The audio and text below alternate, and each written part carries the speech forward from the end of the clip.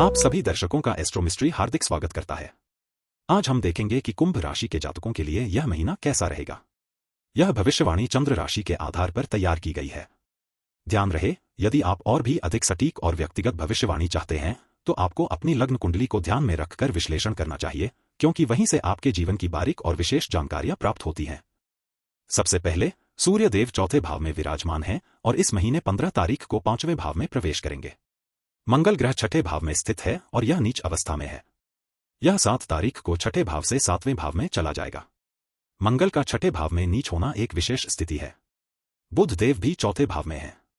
ये 6 तारीख को चौथे से 5वें भाव में और फिर 22 तारीख को 5वें से छठे भाव में जाएंगे। देवगुरु बृहस्पति पंचम भाव में अपनी स्थिति बनाए रखेंगे। शुक्र ग्रह तीसरे भाव में स्थित है। शनि देव, जो कुंभ राशि के स्वामी हैं, दूसरे भाव में विराजमान है। राहु ग्रह पहले भाव में है और केतु ग्रह 7वें भाव में मौजूद है। दोस्तों, हमने ग्रहों की स्थिति पर बात कर ली है। अब आगे बढ़ते हैं और देखते हैं कि ये ग्रह आपके विभिन्न भावों को कैसे प्रभावित कर रहे हैं। शुरुआत करते हैं पहले भाव से। पहला भाव व्यक्ति के स्वरूप, स्वभाव, व्यक्तित्व और जीवन में प्रवेश करने के तरीके को दर्शाता है। यह आपके शारीरिक स्वास्थ्य, ऊर्जा स्तर, आत्मविश्वास और दूसरों पर पड़ने वाले पहले प्रभाव को भी इंगित करता है। इसके अतिरिक्त यह आपके जीवन के शुरुआती वर्षों, माता पिता के साथ आपके संबंधों और आपके समग्र दृष्टिकोण को भी प्रभावित करता है। पहले भाव में राहु की उपस्थिति कम प्रभाव वाली रहेगी। इस भाव पर गुरु और केतु का कमजोर प्रभाव रहेगा। मंगल ग्रह, जो पहले भाव के स्वामी हैं, छठे भाव में नीच अवस्था में स्थित रहेंगे और 7 तारीख को 7वें भाव में चले जाएंगे। स्वास्थ्य के मामले में थोड़ा ध्यान रखने की जरूरत होगी। छठे भाव से मंगल का प्रभाव और फिर 7वें भाव में जाना शरीर में आलस्य पैदा कर सकता है। पाचन तंत्र को लेकर सावधान रहें और हल्का भोजन करें। किसी भी तरह की पुरानी समस्या दोबारा उभर सकती है, इसलिए डॉक्टर की सलाह जरूर लें। गुरु का कमजोर प्रभाव ऊर्जा के स्तर को कम कर सकता है। आत्मविश्वास थोड़ा डगमगा सकता है। आप अपनी क्षमताओं पर संदेह करने लग सकते हैं। मंगल के नीच होने और 7वें भाव में जाने से निर्णय लेने में मुश्किल हो सकती है। खुद पर भरोसा रखें और जल्दबाजी में कोई भी कदम न उठाएं। स्वभाव में अचानक बदलाव आ सकते हैं। पहले घर पर कमजोर दृष्टि के कारण आप थोड़ा मूडी महसूस कर सकते हैं। मंगल का नीच होना और 7वें भाव में जाना रिश्तों में टकराव की स्थिति पैदा कर सकता है। शांत रहें और धैर्य से काम लें, वरना बात बिगड़ सकती है। चलिए आगे बढ़ते हैं और देखते हैं कि ये ग्रह आपके दूसरे भाव को कैसे प्रभावित कर रहे हैं। दूसरा भाव आपके धन संपत्ति, वाणी, परिवार और वित्तीय स्थिरता का प्रतिनिधित्व करता है। यह आपके बोलने के तरीके, आपकी आवाज की गुणवत्ता और आपके शब्दों के प्रभाव को दर्शाता है। यह आपके परिवार के सदस्यों, विशेषकर माता से आपके संबंधों को भी इंगित करता है। दूसरा भाव आपके जीवन में भौतिक संसाधनों और भावनात्मक सुरक्षा का प्रतीक है। दूसरे भाव में शनि देव विराजमान है। मंगल ग्रह 7वें भाव में जाने के बाद इस भाव पर दृष्टि डालेंगे। दूसरे भाव के स्वामी शुक्र ग्रह तीसरे भाव में स्थित रहेंगे। धन के मामले में कुछ उतार चढ़ाव देखने को मिल सकते हैं। शनि देव की उपस्थिति और मंगल की दृष्टि से खर्चों में अचानक वृद्धि हो सकती है, इसलिए बजट बनाकर चलें। नए निवेश करने से पहले अच्छी तरह सोच विचार कर लें, क्योंकि जल्दबाजी में नुकसान होने की संभावना बनी रहेगी। तीसरे भाव में शुक्र का होना आय के कुछ नए अवसर भी दे सकता है, लेकिन सावधानी बरतनी जरूरी है। बचत करना मुश्किल हो सकता है। खर्चों में वृद्धि और अप्रत्याशित खर्चे आपकी बचत को प्रभावित कर सकते हैं। भविष्य के लिए कुछ धन अलग रखना अच्छा रहेगा, ताकि किसी आपात स्थिति में परेशानी न हो। बचत करने की योजना बनाएं और उस पर अमल करें। पारिवारिक जीवन में थोड़ी अशांति का माहौल बन सकता है। मंगल की दृष्टि से परिवार के सदस्यों के बीच मतभेद होने की संभावना है। धैर्य बनाए रखें और समझदारी से काम लें। वाणी पर नियंत्रण रखना मुश्किल हो सकता है। शनि देव की उपस्थिति के कारण आप कुछ कठोर वचन बोल सकते हैं, जिससे दूसरों को ठेस पहुंच सकती है। बोलने से पहले सोचें और शांतिपूर्ण तरीके से अपनी बात रखें। दोस्तों, पहले और दूसरे भावों पर ग्रहों के प्रभाव को हमने समझ लिया। अब चलिए आगे बढ़ते हैं और देखते हैं कि ये ग्रह आपके तीसरे भाव को कैसे प्रभावित कर रहे हैं। तीसरा भाव आपके संचार कौशल, साहस, ऊर्जा, भाई बहनों और छोटे बच्चों का प्रतिनिधित्व करता है। यह आपके विचारों को व्यक्त करने के तरीके, आपकी यात्राओं और आपके आसपास के लोगों के साथ आपके संबंधों को दर्शाता है। तीसरे भाव में शुक्र ग्रह की उपस्थिति कम प्रभाव वाली रहेगी। केतु का इस भाव पर कोई खास दृष्टि नहीं होगी। तीसरे भाव के स्वामी बुध देव चौथे भाव में स्थित हैं और ये 6 तारीख को 5वें भाव में, फिर 22 तारीख को छठे भाव में चले जाएंगे। चौथे भाव से बुध का जाना आपको कुछ निर्णय लेने में झिझकने पर मजबूर कर सकता है। नई चुनौतियों का सामना करने में डर लग सकता है, लेकिन हिम्मत बनाए रखें और आगे बढ़ते रहें। 5वें भाव में जाने के बाद आत्मविश्वास थोड़ा बढ़ेगा, लेकिन फिर भी सावधानी बरतनी जरूरी होगी। छोटे भाई बहनों के साथ संबंधों में कुछ तनाव देखने को मिल सकते हैं। बुध के चौथे भाव से जाने के कारण उनके स्वास्थ्य या करियर को लेकर चिंता हो सकती है। उन्हें सहयोग करने की जरूरत पड़ेगी और उनकी बातों को ध्यान से सुनना होगा। छठे भाव में जाने से किसी को परेशानी का सामना करना पड़ सकता है। संचार कौशल प्रभावित हो सकता है। बोलने में स्पष्टता की कमी महसूस होगी और गलतफहमी होने की संभावना बढ़ जाएगी। अपनी बात को ढंग से रखने के लिए थोड़ा समय लें और सोच समझकर बोलें। चौथे भाव से बुध का जाना विचारों को व्यक्त करने में बाधा उत्पन्न कर सकता है। यात्राओं में कुछ रुकावटें आ सकती हैं। योजनाएं अचानक बदल सकती हैं या देरी हो सकती है। यात्रा पर जाने से पहले जरूरी जानकारी की जांच कर लें और तैयार रहें। पांचवें भाव में बुध के जाने से छोटी यात्राएं संभव हो सकती हैं, लेकिन लंबी यात्राओं में सावधानी बरतनी चाहिए। दोस्तों, हमने तीसरे भाव पर बात कर ली है। अब देखते हैं कि ये ग्रह आपके चौथे भाव को कैसे प्रभावित कर रहे हैं, जो घर, माता और संपत्ति से जुड़ा हुआ है। चौथा भाव आपके घर, परिवार, माता, संपत्ति, आंतरिक शांति और भावनात्मक सुरक्षा का प्रतिनिधित्व करता है। यह आपके बचपन के अनुभवों, आपकी जड़ों और आपके जीवन में स्थिरता लाने वाले कारकों को दर्शाता है। चौथे भाव में सूर्य ग्रह की उपस्थिति प्रभावशाली रहेगी। बुध देव का प्रभाव कम रहेगा। शनि देव इस भाव पर दृष्टि डाल रहे हैं। सूर्य 15 तारीख को चौथे से पांचवें भाव में चले जाएंगे, जबकि बुध देव 6 तारीख को चौथे से पांचवें भाव में चले जाएंगे। चतुर्थ भाव के स्वामी चंद्रमा हैं। माताजी के स्वास्थ्य को लेकर कुछ चिंताएं उत्पन्न हो सकती हैं। सूर्य की उपस्थिति और शनि देव की दृष्टि उन्हें थोड़ा कमजोर कर सकती है, इसलिए उनकी देखभाल करने की जरूरत पड़ेगी। पांचवें भाव में सूर्य के जाने से उनके मन में कुछ नए विचार आ सकते हैं, लेकिन फिर भी ध्यान रखना जरूरी होगा। बुध का जाना माताजी के साथ संवाद को प्रभावित कर सकता है। घर संपत्ति संबंधी मामलों में कुछ चुनौतियां आ सकती हैं। संपत्ति विवाद या मरम्मत के खर्चों की संभावना बढ़ जाएगी। सूर्य के पांचवें भाव में जाने से अचानक कोई खर्च हो सकता है, इसलिए बजट बनाकर चलें। वाहन चलाने में सावधानी बरतने की जरूरत होगी। दुर्घटनाओं का खतरा बढ़ सकता है, इसलिए गति सीमा का पालन करें और सतर्क रहें। बुध देव का जाना यात्राओं को प्रभावित कर सकता है। मानसिक अशांति महसूस हो सकती है। तनाव और चिंताएं बढ़ सकती हैं, जिससे नींद भी प्रभावित होगी। ध्यान और योग करने से मन शांत रहेगा। सूर्य के पांचवें भाव में जाने से कुछ समय के लिए मन में उत्साह आ सकता है, लेकिन फिर भी नकारात्मक विचारों से दूर रहें। चलिए अब पांचवें भाव पर ध्यान देते हैं, जो बच्चों, रचनात्मकता और भाग्य का प्रतीक है। पांचवा भाव आपके जीवन में आनंद, उत्साह, रचनात्मकता, शिक्षा, प्रेम संबंध और विशेष रूप से संतान सुख का प्रतिनिधित्व करता है। यह आपके भाग्य, प्रतिभाओं और उन सभी चीजों को दर्शाता है जो आपको खुशी और संतुष्टि प्रदान करती हैं। पंचम भाव में देवगुरु की उपस्थिति रहेगी, जिसका प्रभाव कम रहेगा। राहु का इस भाव पर नगण्य दृष्टि है। सूर्य ग्रह 15 तारीख को चौथे से पांचवें भाव में चले जाएंगे। बुध देव भी 6 तारीख को चौथे से पांचवें भाव में चले जाएंगे। पंचम भाव के स्वामी सूर्य हैं और वे चौथे भाव में स्थित हैं, जो 15 तारीख को पांचवें भाव में चले जाएंगे। शिक्षा के क्षेत्र में कुछ बाधाएं आ सकती हैं।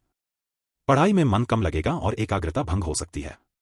सूर्य के पांचवें भाव में जाने से आत्मविश्वास बढ़ेगा, लेकिन फिर भी मेहनत करते रहना जरूरी होगा। बुध देव का जाना नई चीजें सीखने में मदद करेगा, लेकिन आलस्य से बचना चाहिए। संतान को लेकर कुछ चिंताएं उत्पन्न हो सकती हैं। बच्चों के स्वास्थ्य या पढ़ाई को लेकर तनाव बढ़ सकता है। सूर्य के पांचवें भाव में जाने से बच्चों के साथ संबंधों में सुधार आएगा, लेकिन फिर भी ध्यान रखना जरूरी होगा। प्रेम संबंधों में थोड़ी अनिश्चितता का माहौल रहेगा।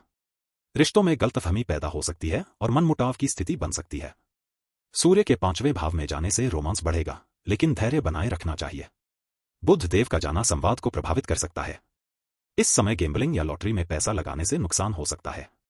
सूर्य के पांचवें भाव में जाने से कुछ समय के लिए किस्मत का साथ मिल सकता है, लेकिन फिर भी सावधानी बरतनी चाहिए। दोस्तों, हमने पांचवें भाव को देख लिया है। अब आगे बढ़ते हैं और छठे भाव पर नजर डालते हैं। छठा भाव आपके जीवन में शत्रुओं, रोगों, ऋणों और दैनिक संघर्षों का प्रतिनिधित्व करता है। यह भाव आपकी क्षमता को चुनौतियों का सामना करने और उनसे उबरने की भी दर्शाता है। छठे भाव से आप अपनी सेवा भावना और दूसरों के प्रति समर्पण को भी समझ सकते हैं। इस महीने मंगल का प्रभाव कम रहेगा, परंतु वह षष्ठ से सप्तम भाव चले जाएंगे। बुध भी पंचम से षष्ठ भाव में 22 तारीख को चले जाएंगे। षष्ठ भाव के स्वामी बुध स्वयं चौथे भाव से निकलकर पंचम और फिर षष्ठ भाव में चले जाएंगे। इस अवधि में स्वास्थ्य संबंधी कुछ परेशानियां आ सकती हैं, विशेष रूप से पुराने रोगों का पुनरुत्थान देखा जा सकता है। मंगल के सप्तम भाव में जाने से शारीरिक ऊर्जा में कमी महसूस हो सकती है। बुध के षष्ठ भाव में आने से पाचन तंत्र और त्वचा संबंधी समस्याओं की संभावना बढ़ जाएगी। ध्यान रखें कि किसी भी प्रकार की स्वास्थ्य समस्या को अनदेखा न करें और समय पर उचित चिकित्सा सहायता लें। चौथे भाव से बुध का निकलना घर में शांति भंग करने वाला साबित हो सकता है। कर्ज के मामले में इस अवधि में सावधानी बरतने की आवश्यकता होगी। नए कर्ज लेने से बचें। पहले से मौजूद कर्ज चुकाने में अधिक प्रयास करना पड़ सकता है। बुध का षष्ठ भाव में प्रवेश वित्तीय मामलों में कुछ अनिश्चितता ला सकता है। मंगल के सप्तम भाव में जाने से लेनदेन में सावधानी बरतें और किसी भी तरह की धोखाधड़ी से बचें। षष्ठ भाव में बुध की उपस्थिति आपके विरोधियों को चालाकी से काम करने के लिए प्रेरित करेगी। मंगल के सप्तम भाव में जाने से रिश्तों में तनाव उत्पन्न हो सकता है, जिससे दुश्मनी बढ़ सकती है। अपने कार्यों पर ध्यान दें और किसी भी विवाद में पड़ने से बचें। यदि आप किसी कानूनी मामले में फंसे हुए हैं तो इस अवधि में स्थिति आपके अनुकूल नहीं रहेगी। मुकदमेबाजी में देरी हो सकती है या प्रतिकूल परिणाम सामने आ सकते हैं। छठे भाव पर ग्रहों के प्रभाव को समझने के बाद चलिए सातवें भाव की ओर मुड़ते हैं। सातवां भाव आपके जीवन में जीवनसाथी, विवाह, व्यावसायिक साझेदारियों और खुले शत्रुओं का प्रतिनिधित्व करता है। यह भाव आपके संबंधों की गुणवत्ता, आपकी प्रतिबद्धताओं और दूसरों के साथ आपके समझौते को भी दर्शाता है। सप्तम भाव में केतु का प्रभाव कम रहेगा। राहु का इस भाव पर नगण्य प्रभाव है। मंगल इस महीने छठे से सप्तम भाव चले जाएंगे। सप्तम भाव के स्वामी शुक्र तीसरे भाव में स्थित हैं। आपके जीवनसाथी या विवाह से संबंधित मामलों में कुछ तनाव उत्पन्न हो सकते हैं।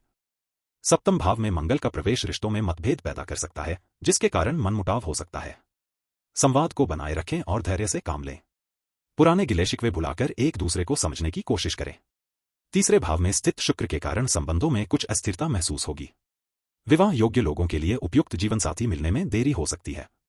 व्यापारिक संबंधों में इस अवधि में सावधानी बरतने की आवश्यकता होगी। नए साझेदारियों में प्रवेश करने से पहले अच्छी तरह सोच विचार कर लें, क्योंकि गलत निर्णय लेने का खतरा है। सप्तम भाव में मंगल का प्रवेश व्यावसायिक मामलों में कुछ चुनौतियां उत्पन्न कर सकता है। अपने सहयोगियों के साथ अच्छे संबंध बनाए रखें और किसी भी विवाद को शांतिपूर्ण ढंग से सुलझाने का प्रयास करें। तीसरे भाव में शुक्र की स्थिति आपको बातचीत में अधिक प्रभावी बना सकती है। दोस्तों, सातवें भाव पर चर्चा हो गई। अब हम आठवें भाव पर आते हैं। आठवां भाव अचानक होने वाले परिवर्तनों, मृत्यु, भौतिक और आध्यात्मिक दोनों, गुप्त मामलों, गहन भावनात्मक अनुभवों, विरासत, ऋणों और पुनर्जन्म से संबंधित है। आठवां भाव आपके भीतर छिपी शक्तियों को उजागर करता है और आपको चुनौतियों का सामना करने के लिए तैयार करता है। शनि का अष्टम भाव पर कमजोर प्रभाव रहेगा। अष्टम भाव के स्वामी मंगल छठे भाव में स्थित हैं और नीच अवस्था में हैं। मंगल इस महीने सप्तम भाव चले जाएंगे। इस अवधि में टैक्स और इंश्योरेंस संबंधी मामलों में सावधानी बरतने की आवश्यकता होगी। अप्रत्याशित खर्चों का सामना करना पड़ सकता है, इसलिए वित्तीय योजना बनाते समय सतर्क रहें। नीच अवस्था में स्थित स्वामी का अष्टम भाव में होना धन के नुकसान की संभावना को बढ़ा सकता है। मंगल के सप्तम भाव में जाने से निवेश करते समय जोखिम लेने से बचें और बीमा पॉलिसियों की समीक्षा करें। आपके जीवन में अचानक कुछ परिवर्तन आ सकते हैं जो अप्रत्याशित हो सकते हैं। ये परिवर्तन व्यक्तिगत या व्यावसायिक जीवन से संबंधित हो सकते हैं। स्वामी का कमजोर प्रभाव अष्टम भाव में होने के कारण अनिश्चितता महसूस होगी। आठवें भाव के बाद चलिए नौवें भाव की ओर बढ़ते हैं, जो भाग्य, धर्म और गुरुओं का प्रतीक है।